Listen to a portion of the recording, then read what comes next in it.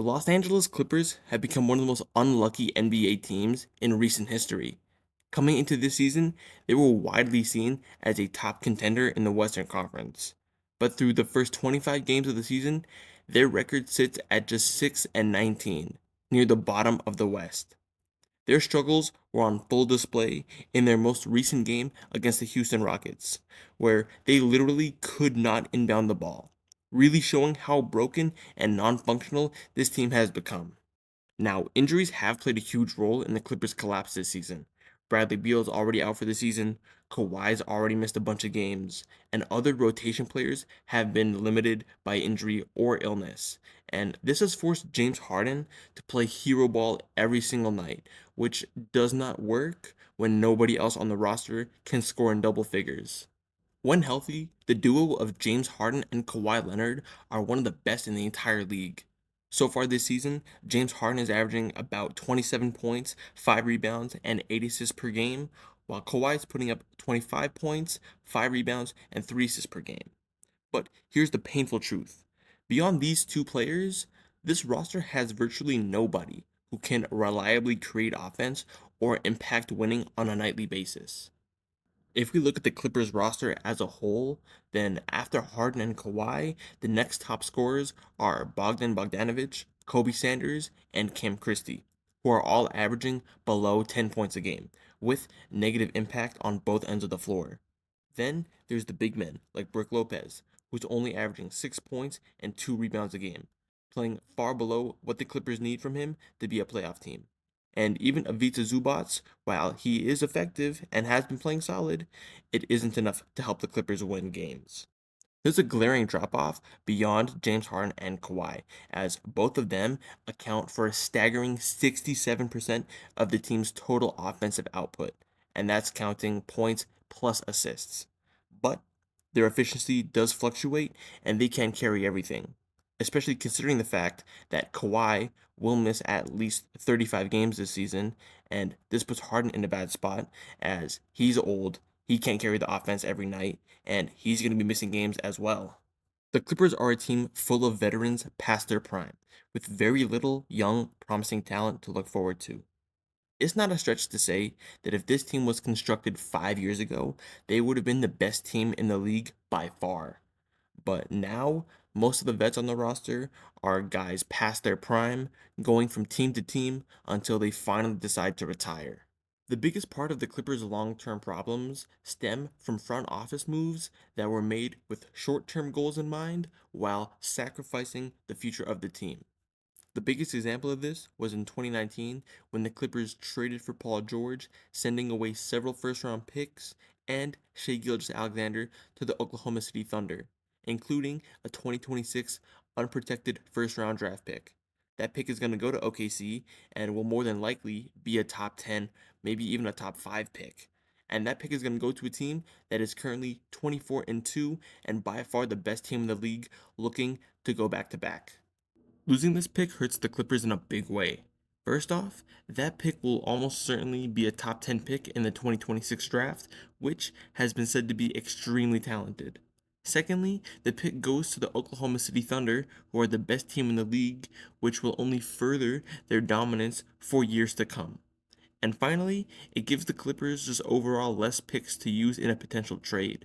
As of right now, the Clippers only control two of their own first round picks in 2030 and 2031, really screwing this team for at least the next 5 seasons, as they can't try to rebuild through the draft, and they can't even trade for a high end player because they don't have the draft capital to get it done.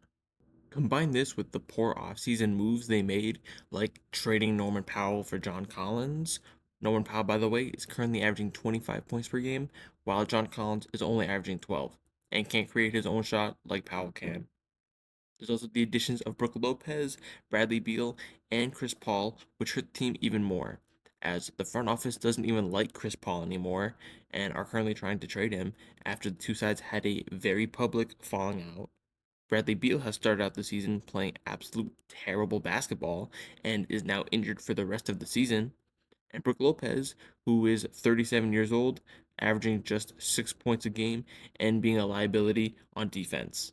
This team does not have a reliable scoring option off the bench, and not really even in their own starting lineup outside of Harden and Kawhi. With Harden and Kawhi still producing at a very high level on a bad team, their future with the franchise is a big talking point. As firstly, Harden, nearing the end of his career, he wants to win a championship, which is very apparent. Right now, he's on a 2-year contract with a player option after this season is over. And I think Harden knows he can't win on this team and will more than likely look to leave the Clippers after the season, declining his player option. As for Kawhi, while still elite when he's on the court, he has a long history of missing games due to injury, which makes planning around him a bit challenging, as when he's healthy, he looks like a top 10 player in the league. But that's the issue. He is never healthy, which makes you wonder, if you're the Clippers front office, should you look to move on from Kawhi and trade him before the season's over? And beyond these two, there's no one else you can truly rely on night to night basis to create offense, finish plays, or take over a game when needed. And that's a huge reason why this team looks lost when Harden or Kawhi is sitting out. At this point in time, the Clippers have three possible options. The first is to blow the team up, trade Harden and Kawhi, try to get as many first round picks and young players as possible, and just restart. And maybe, just maybe, be able to build a somewhat solid young core of players and not be a complete mess in 5 years. The second option would be make a bunch of smaller moves to help Harden and Kawhi compete in the West and be competitive this season. Although I do feel like this option would probably involve you trading Kawhi anyway, as you would get more value out of him in a trade than you would on the court at this point. And for the final option, which would be the worst, would be to do absolutely nothing and let this team sink for no reason at all. But knowing the Clippers, this is an option that might still happen, so it is definitely worth noting still. Now, out of these three options, I believe the best option for the Clippers would be to blow the team up and trade Harden and Kawhi for young players and picks. But what would a Harden and Kawhi trade even look like? Well, for James Harden, there are a few teams I could see going for him, but I think the most realistic team is the Houston Rockets. They've been needing a true point guard since Fred VanVleet went down with the injury, and they have plenty of assets to get it done. A trade to Houston would look like the Houston Rockets receiving James Harden, and the Clippers receiving Reed Shepard, Jabari Smith Jr., Steven Adams, and three first round picks, with one of those picks being a 2027 first from the Phoenix Suns. This trade works for both teams as the Rockets get the true point guard they've been needing in place of Fred VanVleet, and the Clippers get good young talent in Jabari Smith and Reed Shepard, with three valuable first round picks, with that 2027 pick from the Suns looking really good. Now, for a Kawhi trade, it was a lot harder to find a suitable trade, as I don't think the market for Kawhi would be very big, and definitely not as big as James Harden, and I don't think he would even command as big of a haul as James Harden would.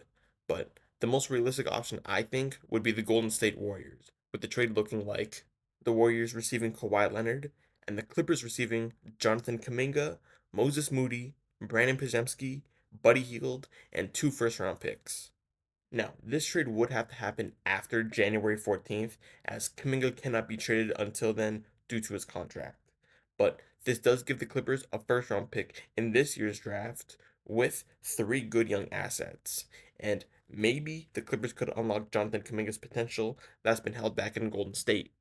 Now, overall, the Clippers are a complete mess from top to bottom, and will now suffer as a result of all the bad decisions the front office has made, and will continue to be the NBA's laughingstock for the foreseeable future.